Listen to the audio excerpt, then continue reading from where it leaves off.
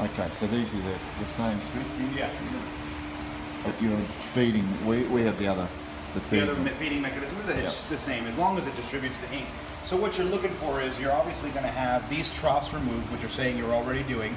The fabric should be held in place with the heavier clasps. There's heavier ones. I don't know where they put them because we don't do the fabric as often. So we'll put the heavy clasp down. You have to have a lot of tension on the fabric. And then to help out the cockling of the fabric, when you're laying the tape down, for the paper it's a straight tape up. With the fabrics, you have to start at an angle to pull the fabric and all the wrinkles out. So instead of going tape like this, you're going tape outward. Tape outward. Tape outward, but at an angle, because what you're trying to do is move the wrinkles outward. You know, the easiest way to do it would be start in the middle and then outward, do this side and then this side, then move 20 centimeters this side and then this side. And as you're doing it, extending the fabric. The most important part of when you're printing direct to fabric is that the fabric is as flat as possible, or else, and there's no looseness. It has to be nice and tight. You're going to have this space here, touch your fabric. If you have any looseness, it's going to ruin the whole process. Right. So make sure that the fans are on for the back drying.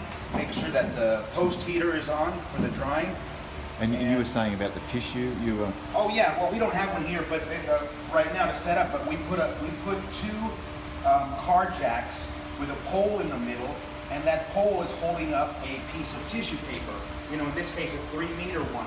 So as the fabric is rolling itself up on the take-up unit, we inject the tissue paper, and it continues to roll itself with tissue paper, so that way you don't get any cross-contamination. Right, okay. We only do that very, very rarely. You shouldn't have to do that. Right. Like, if the printer is profiled correctly, you can print direct all day without any cross-contamination, without that tissue paper. And the profiling you have from Sensient? The profile is done by Sensient. By Sensient. Yeah, So for all the fabrics, for the paper, because we have two different versions of 10-foot paper. We have 150 gram, and we have the 72 gram for high speed. So they do all of them. Okay, and you were talking about that other stuff that to stick. Oh, the tack paper. Tack paper, If your fabric is shrinking and it's moving, the alternative option is that they have a paper with a tacky substance. So once you put the fabric in and the paper into the Monty, the tack substance activates and it holds on to the fabric so it won't move.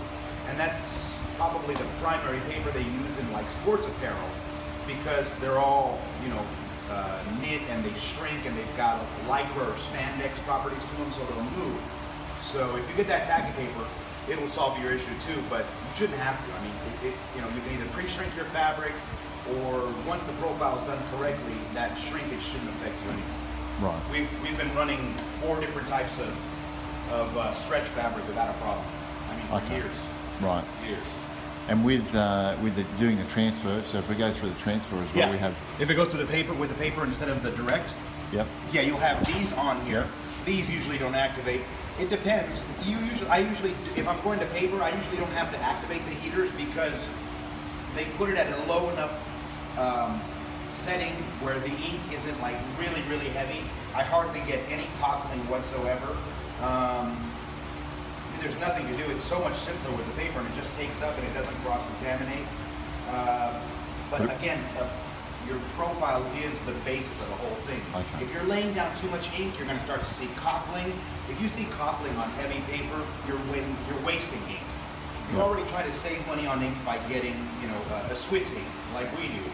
But at the same time, if you're just laying down a ton of ink, that's not going to solve your problem.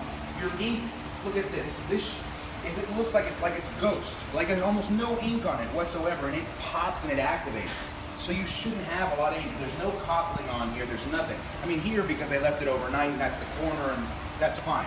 Well, you know, leaving a paper there without movement, but the inks should look dead, should look muted, like this. Then they pop, and the calendar does everything else. If you're just laying down a ton of ink, that's not your solution. And you use the Monty as well, don't you? We use the largest one, yeah. You want to go see it. Yeah, because we have a Monty as well. Yeah. So when you do the testing, you're suggesting that we run the whole thing through, right? Well, I would say, you know, if they're saying that it's shrinking on them, it's because they're not the Monty works by tension. Both the fabric and the paper have to be held by some kind of tension. So, you know, they'll put the chucks in on the fabric to give it tension, and they'll put the chucks here to give the paper tension. It won't shrink or move on him if he has tension on both the paper and the fabric when he's sublimating it. Of course, it uses a lot because if you come up here, you've got to introduce it, and then it's about, you know, another third of a meter to go inside. So you're wasting a lot to feed, but it might be like a meter. You know, it's not a huge waste. And then once the machine has it and you feel that the paper is really, really tight when it's in there, then you introduce the fabric, make sure it's really, really tight, and then there's no way for it to shrink because it's got tension. Right. If you're doing it loose, yes, that's a fast way to do it if you don't need a result. You just want to see a color. So our designers send these crops, so you don't have enough to roll. The crops are really small, so they're not going to roll this. But I don't care if it shrinks because I just need to see the color. I mean, there's going to be ghosting, maybe the letters, but I just want to see if the black is rich, if the bronze is bronze. That's it. So I know and accept that there's going to be ghosting because there's no tension. But I don't care about that. I just want to see the color right now. When you're doing your profiling, definitely tension them, put them on the core, on the cardboard core, and give it tension and make sure that way it won't shrink on you. Yeah, the clamshell should have worked, but I don't know. It's not a realistic. You should start with what you're going to be doing. If your clamshell is a little bit more calibrated than your Monty is, whatever color he approved on the clamshell might not reproduce on the Monty. Wow. Your dwell times on your Monty are longer. I mean, I don't know how long he's holding down the clamshell. So what you want to do, for example, to test the duration or the dwell time is, here is your drum on your Monty spinning. So if you can get a piece of tape on there and a stopwatch and wait till that tape comes back and make sure it's at the speed that you're normally sublimating at, you clock it. So that's your dwell time. When it's finally come back, you're like, oh, 45 seconds. That's how long for my piece of tape to come back. It took. So 45 seconds. And I look at the temperature, I say 204 degrees. So I make sure that my clamshell is at 204 degrees, and I make sure that the dwell time is the exact same time it takes the Monty to sublimate. So, you know, you've got to match, I guess, your environment. But I would, all of our color testing, we have clamshells, but all of our color testing is done here. We just have to. It's, right. You know, it just doesn't make sense. All right. I don't know, I hope that helped. Yeah, will do. Thank you very much. Yeah. Thanks.